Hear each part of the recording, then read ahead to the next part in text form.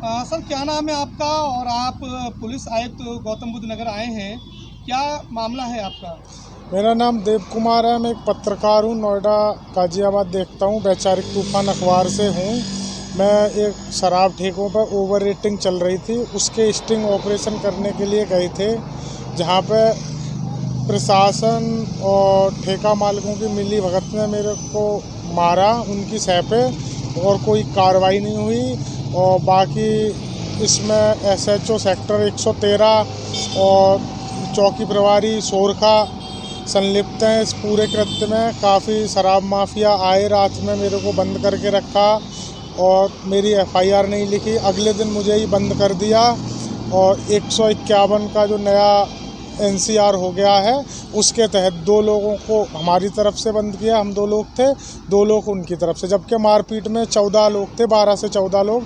हमारी एप्लीकेशन है वो भी मुझे नहीं दिखाई कि मतलब मैंने क्या लिखा है। उन्होंने अपनी मन मर्जी से जो भी एफआईआर थी वो लिखी।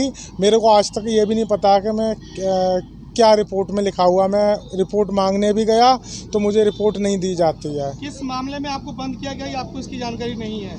बताया था उन्होंने कि 151 में किया है और थाना प्रभारी ने हमें ब्लैकमेल किया, वीडियो दिखा के कि आप ब्लैकमेलर पत्रकार हो, ये वीडियो आपकी वायरल हो जाएगी तो आपकी हाई कोर्ट से जमानत होगी, ये है वो है। तो कैसी वीडियो थी, संक्षिप्त में बताएं आप, कैसी वीडियो थी और कैसे बनाई गई वीडियो? मैं सोरखा देसी शराब के ठेका पे गया था, ओवर रेटिंग की गतिविधियां जो चल रही थी उसको देखते हुए। तो वहाँ पे मुझे लोगों ने मारपीट करना शुरू कर दिया। उसके बाद में मुझे उठा ले गए, एक टीन का गोदाम था कबाड़े का, उसके अंदर मारपीट करी और मेरे साथ लूटपाट की। उसमें क्या नाम है, एक चैन थी, 2 अंगूठी थी, मोबाइल था, हेलमेट था, ये चीज़ें सब थी जो उन्होंने लूट ली मेरे से और मारा तमंचे के बल पे। वीडियो बनवाई मेरे से, उसमें कहा कि बोलो मैं ट्वीट डिलीट करता हूँ, उसके पैसे लेता हूँ, या मैं मतलब उगाही करता हूँ, ऐसे मेरे से वीडियो बनवाए और मुझे तमंचा दिखाया, सरिया दिखाई कि मार देंगे। तो मैंने ये सब चीज़ों को आपने दबाव में आके जी मैंने दबाव में आके ये सब कहना पड़ा मेरे को। किस चैनल के माध्यम से आप स्टिंग करने गए थे और किसने कहा था आपको स्टिंग करने के लिए? जी चैनल तो कोई नहीं था, कुछ हमारे मित्र थे तो उन्होंने मेरे को बताया था। उमेश शर्मा हैं जो इंडिया न्यूज़ डायरेक्ट के संपादक है, जिनके साथ पिछले 6 महीने से मैं बैठा हुआ हूँ, मतलब उनके साथ हमारा अच्छा काम करते उनके। हाँ, बाकी उन्होंने बताया था कि इसके ऊपर स्टिंग कर लो। मेरी उनसे लास्ट बात भी हुई थी। उसके बाद जब से मारपीट हुई है तो उमेश शर्मा दोबारा हमसे ना कभी मिले, ना कोई फ़ोन पर आज तक बात की उन्होंने। आप पुलिस के पास आए हैं मदद के लिए, पर जिन्होंने आपको कहा था स्टिंग बनाने के लिए, क्या उन्होंने आपकी कहीं मदद की है?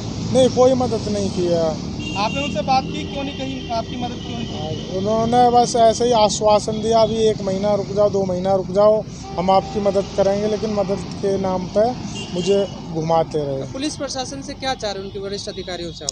हम ये चाह रहे हैं जो मेरे साथ जिन लोगों ने मारपीट की है, जो दोषी हैं, उनकी निष्पक्ष जांच कर उन पर उचित कार्रवाई की जाए और हम उचित कार्रवाई की मांग करते हैं। अगर मैं भी दोषी हूँ तो उसमें मेरे पे भी कार्रवाई हो, नहीं तो जो भी थाना प्रभारी, चौकी प्रभारी, जो लोग भी इसमें दोषी हैं सब पर कार्रवाई हो। अच्छा, वीडियो में जो आपके पास कुछ चीज़ें रखी हुई हैं जिसमें नकदी भी है, वो कहाँ से आई थी? नकदी 5 से 7 हज़ार रुपये नकदी थी। तो मैंने एक दिन पहले मेरे को ज़रूरत पड़ी थी तो मैंने पेटीएम करा था 5500 रुपये, उन्होंने मुझे कैश दिया था। किसको किया था आपने पेटीएम? उमेश शर्मा को किया था, उनके घर पे गया था तो उनको ज़रूरत थी कैश की, तो मैंने तो वही कैश मेरे पास में 19 तारीख को पर्स में पड़ा हुआ था, जो उन्होंने तमंचे के दम पे मेरे से निकलवाया मेरे से, और वही कैश उन्होंने लूटा। बाकी जो चैन और अंगूठी थी वो तो पहनने वाली चीज़ें तो मैं पहन रखी थी। तो उसमें जिनका नाम आप बता रहे हैं उनके लिए आप कितने समय से काम कर रहे हैं? पिछले 6 से 7 महीने से मैं उनसे जुड़ा हुआ हूँ। कहाँ स्टिंग किया आपने, उनके लिए कितना काम किया आपने अब तक? मैंने उनके लिए काम तो कुछ खास नहीं किया, बाकी वो मुझे बताते थे कि यहाँ ये चल रहा है, वहाँ चल रहा है, तो मैंने अपने ट्विटर पर काफ़ी खबर लगाई है जिसमें ममूरा ठेका पे कालाबाजारी होती थी 3 ठेकों पे, तो वो चर्चा का विषय रहा है। उसको मैंने बंद करवाया। उसमें डीओ साहब ने भी कई लोगों से फ़ोन करवाए थे और अब अभिनव साई उनके इंस्पेक्टर हैं, उन्होंने मेरा ठेके मालिकों को भी नंबर दिया था।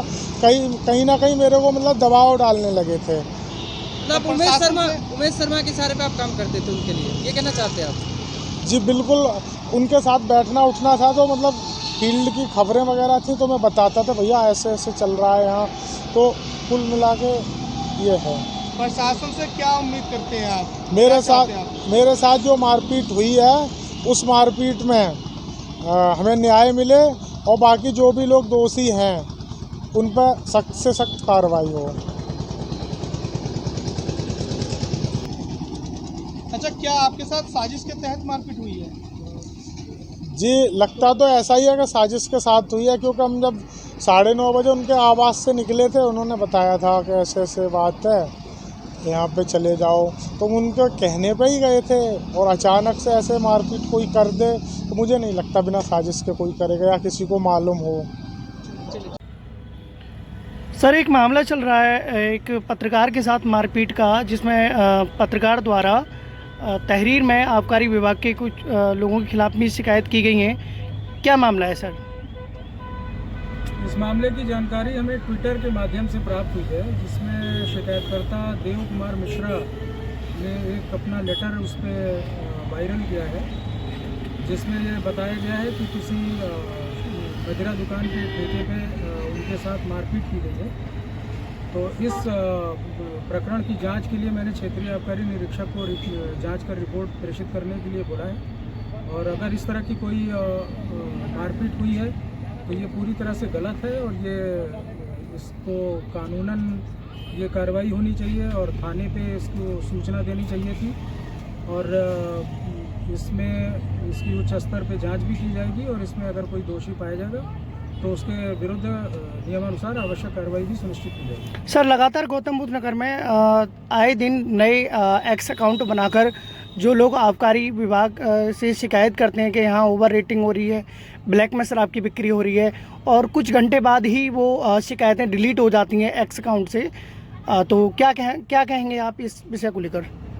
इसका भी संज्ञान लिया जा रहा है, और वैसे ट्विटर पे या अन्य सोशल मीडिया पे भी हम लोग अपने नंबर्स, मोबाइल नंबर्स भी प्रेषित करते हैं कि शिकायतकर्ता उस पर शिकायत करे, जैसे कि हम लोग प्रॉपर तरीके से किसी भी तरह की शिकायत का जांच कर सकें। और जहां पे भी इस तरह की कोई शिकायत मिलती है और उसके लिए हम लोग मौके पे स्थलीय जांच भी करवाते हैं, गोपनीय टेस्ट परचेज कराते हैं, और जहां भी इस तरह की कोई शिकायत सही पाई जाती है तो उसमें नियमानुसार आवश्यक कार्रवाई सुनिश्चित की जाती है। जो ट्विटर अकाउंट पर जो शिकायतें की जाती हैं वो कुछ ही घंटों में डिलीट कर ली जाती हैं, तो ऐसे क्या एक्स अकाउंटों पर विभाग एक्शन लेगा?